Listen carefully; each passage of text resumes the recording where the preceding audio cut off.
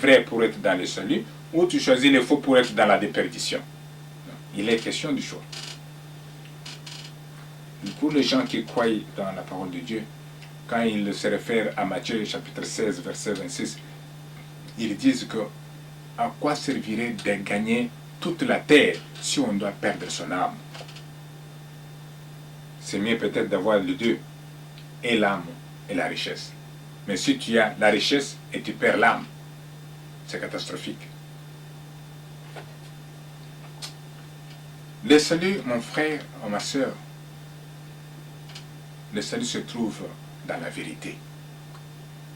C'est quand on connaît la vérité qu'on peut être sauvé. Et où se trouve la vérité? C'est dans l'évangile. Et où se trouve l'évangile? Où c'est quelle sorte d'évangile? C'est l'évangile de Jésus-Christ, de Nazareth. Et où se trouve l'évangile de Jésus-Christ de Nazareth? C'est dans la Bible. Voilà où nous pouvons nous ressourcer pour avoir la vérité. C'est ainsi que mon frère et ma soeur, nous pouvons prier que notre Dieu, le Créateur du ciel et de la terre, qu'il puisse nous assister dans notre raisonnement, dans notre partage, dans notre recherche de l'information, pour pouvoir avoir la vérité qui pourra nous aider à faire un bon choix pour être dans le vrai, afin que le salut soit nôtre. C'est au nom de notre Seigneur Jésus que nous présentons, c'est de notre Seigneur Jésus que nous présentons, c'est au nom de notre Seigneur Jésus que nous présentons cette prière-là. Alors, je voudrais que l'on lise un premier passage. C'est dans 2 Timothée, chapitre 3, verset 16. 2 Timothée, chapitre 3, verset 16 dit « Toute écriture est inspirée de Dieu et utile pour enseigner, pour convaincre, pour corriger, pour instruire dans la justice, afin que l'homme de Dieu soit accompli et propre à toute bonne œuvre. » Mon frère, ma soeur, parce qu'on nous dit que toute écriture ici est inspirée. Et elle n'est pas seulement inspirée, elle a un objectif. Elle a un rôle qu'elle peut jouer. Quel est le rôle? Elle peut nous enseigner. Quel est le rôle? Elle peut nous convaincre. Elle peut nous corriger. Elle peut nous instruire dans la justice.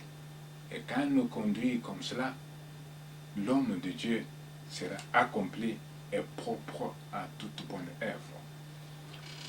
C'est ainsi que nous allons nous focaliser maintenant dans la parole de Dieu et parler à l'homme qui est croyant.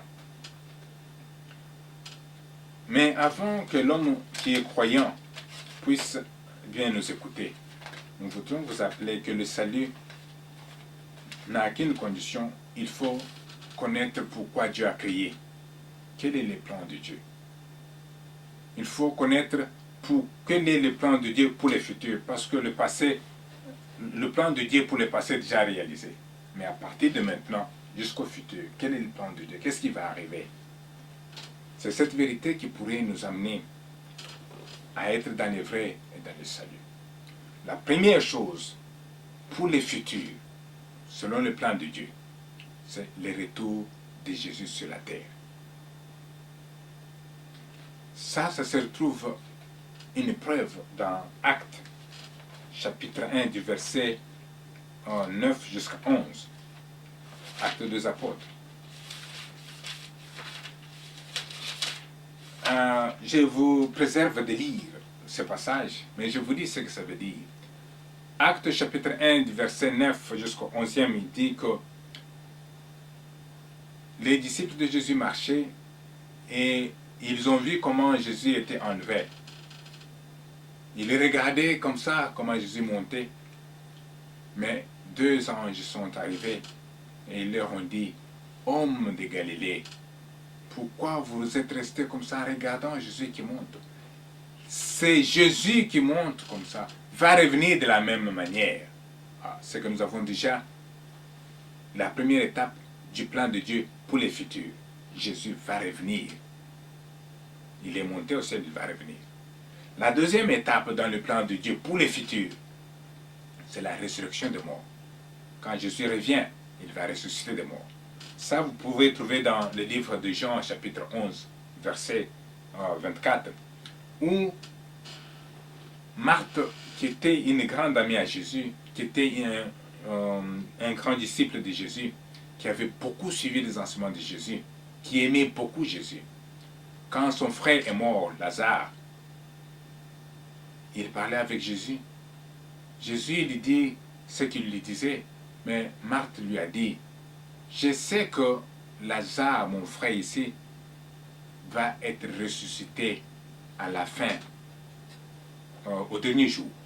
Donc, il croyait déjà dans la résurrection des morts. C'est ça ce que Jésus lui avait enseigné. C'est que Jésus qui va être de retour, Jésus qui porte l'évangile de la vérité de Dieu, Jésus qui est écrit dans la Bible, Jésus qui nous a parlé dans la Bible, Jésus avait enseigné à Marthe qu'il y aura la résurrection des morts au dernier jour. Ça, c'est la deuxième vérité dans le plan de Dieu pour les futurs. À partir du temps que nous sommes ici, toi et moi, mon frère. La troisième étape de la vérité dans le plan de Dieu, c'est le jugement. Il est dit, quand Jésus va ressusciter les morts, il va passer tout le monde au jugement. Moi et toi, mon frère et ma soeur, nous allons passer au jugement de Jésus. Ça se trouve dans le livre dans le deuxième livre de Paul aux Corinthiens, au chapitre 5, au verset 10. Et qui dit, 2 Corinthiens chapitre 5, au verset 10, il est dit, car nous devons tous comparaître devant le Christ pour être jugés par lui. Alors chacun recevra ce qui lui revient, selon ce qu'il aura fait en bien ou en mal durant sa vie terrestre.